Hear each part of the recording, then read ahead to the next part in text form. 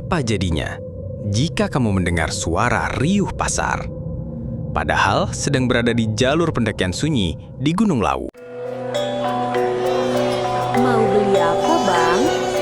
Sini bang, mampir. Sini, Bang, mampir.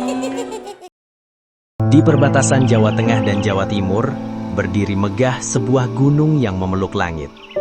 Gunung Lawu, bukan sekadar gugusan batu dan hutan. Ia adalah tempat bertemunya langit dan bumi. Tempat jiwa-jiwa penjelajah mencari kedamaian di atas awan. Dengan ketinggian lebih dari 3.200 meter, Gunung Lawu menyuguhkan pemandangan memukau. Kabut tipis menyelimuti hutan pinus, hamparan edelweiss yang abadi, dan matahari terbit yang menyentuh cakrawala dengan cahaya keemasan. Namun, seperti semua tempat yang terlalu indah untuk didefinisikan, Lawu juga menyimpan sisi lain. Sisi yang tak terlihat oleh mata, namun bisa dirasakan oleh jiwa. Sebuah dunia yang tidak semua orang diizinkan untuk melihatnya. Karena di balik senyapnya hutan dan megahnya puncak, ada lorong gaib yang tersembunyi.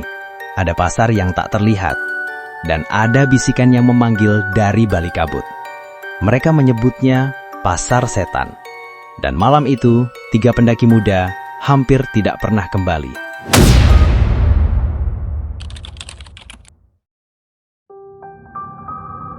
Cerita ini dimulai 3 sahabat, Dimas, Reza, dan Ucok, mendaki Gunung Lawu untuk mencari ketenangan dari rutinitas kampus. Mereka memilih jalur Cemoro Sewu yang terkenal cepat namun cukup menanjak. Mereka sudah sering naik gunung, jadi merasa siap. Saat matahari mulai turun, kabut tipis mulai menutupi jalur. Tapi suasananya masih cukup tenang. Dimas yang memimpin sempat berhenti karena mendengar suara aneh. Kalian dengar nggak? Ada suara gamelan. Aku takut. Paling pendaki lain lagi ngecamp sambil nyetel lagu. Mereka lanjut jalan. Tapi suara gamelan itu makin jelas. Sekarang terdengar ramai, seperti ada pasar. Suara orang tertawa, anak-anak menangis, tawar-menawar, dan bau kemenyan sangat kuat. Padahal mereka masih di jalur pendakian, tidak ada tenda, tidak ada cahaya. Langkah mereka terasa berputar-putar. Meski terus berjalan, mereka malah kembali ke titik yang sama. Sebuah pohon tumbang yang tak di mereka lalui terlewati kembali. GPS tidak bisa diakses, seolah-olah tidak ada sinyal sama sekali. Bro, ini kayaknya kita nyasar. Kok kita muter-muter ya? Tenang, jangan panik. Tetap fokus. Dan jangan jawab kalau ada yang ngomong. Ya, aku mulai merasakan yang aneh. Hati-hati, baca doa memohon perlindungan. Kabut terbuka sedikit. Menyingkap lampu-lampu samar, terlihat deretan meja-meja kayu dan sosok-sosok yang menjual benda-benda asing. Dimas, Reza, dan Ucok tercengang melihat keadaan di sekitarnya. Seakan-akan mereka tidak percaya apa yang mereka lihat. Pasar apa ini? Ya, kok ada pasar di sini? Bulu kuduk mereka merinding dan seperti terhipnotis untuk berbaur dengan keadaan sekitarnya. Dan tiba-tiba ada yang menyahut seakan menyambut kedatangan mereka. Mau beli apa, Bang?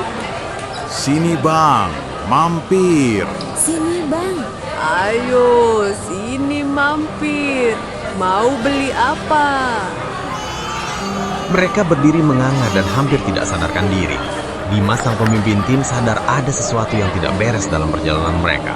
Lalu berteriak kepada Reza dan Ucok. Jangan dijawab. Reza dan Ucok kaget dan langsung sadar dengan apa yang mereka lihat. Lalu mereka berjalan dengan cepat dan sesekali berlari. Mereka berputar kembali ke arah jalan yang mereka lalui sebelumnya. Kita harus kembali ke base camp. Kita harus turun sekarang juga. Aku kapok, nggak mau kesini lagi. Dengan nafas terengah-engah mereka menuruni jalur. Kabut tiba-tiba menghilang dan GPS kembali normal. Dan malam itu juga mereka sampai ke base camp. Langsung sujud syukur. Tidak terjadi apa-apa terhadap diri mereka atas apa yang mereka lihat dan rasakan saat pendakian.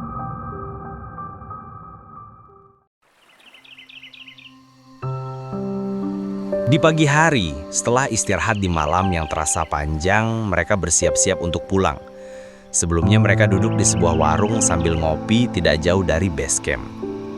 Sambil bercerita kembali kepada pemilik warung atas apa yang mereka alami.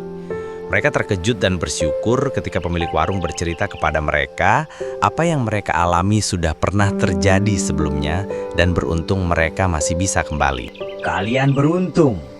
Banyak yang hilang di pasar setan. Kalau jawab, mungkin sekarang kalian tidak di sini.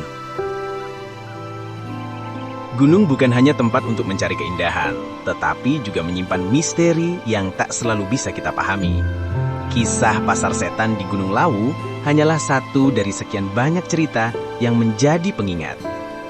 Saat mendaki, jangan pernah meremehkan alam. Persiapkan fisik, perlengkapan, dan mental dengan matang. Hormati jalur pendakian, patuhi aturan, serta jangan sekalipun mengganggu hal-hal yang tak seharusnya.